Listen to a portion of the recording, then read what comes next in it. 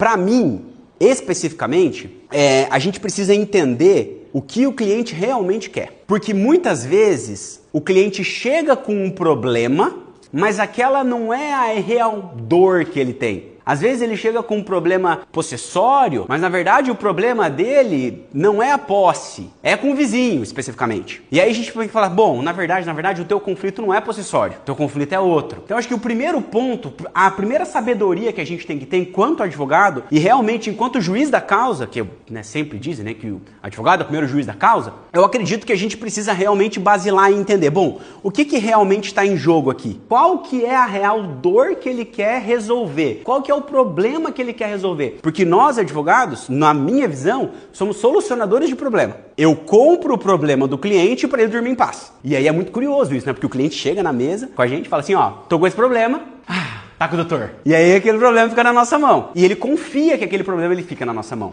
Então a gente precisa entender realmente qual que é o problema do nosso cliente. Porque eu vejo muito gap aqui, ou seja, brechas do cliente entender ou achar que passou o problema e o advogado entender que o problema é outro. Não estou falando que a culpa não é nem de um e nem de outro, mas às vezes a gente tem falha na comunicação entre o que o cliente realmente quer. Por isso existe uma pergunta poderosa que eu faço para os meus clientes quando eu vou protocolar uma petição inicial, quando a gente vai ser autor, que é, o que você quer? Efetivamente, o que você quer? Porque muitas vezes ele chega contando uma novela mexicana com final trágico e eu falo, o que você quer? Ai, doutor, eu quero resolver o meu problema. Mas o que é resolver o seu problema? Especificamente. Sabe por quê? Porque esse é o seu pedido. O que ele quer é o seu pedido. Na petição inicial é o teu pedido. Então, a gente começa a partir daqui. Porque muitas vezes o cliente não consegue descobrir o que ele quer. E aí ele sai sem dizer o que ele realmente quer e a gente coloca na petição uma coisa que a gente interpretou do que ele quer. Mas às vezes não é o que ele quer. E aí isso pode dar um grande problema lá na frente.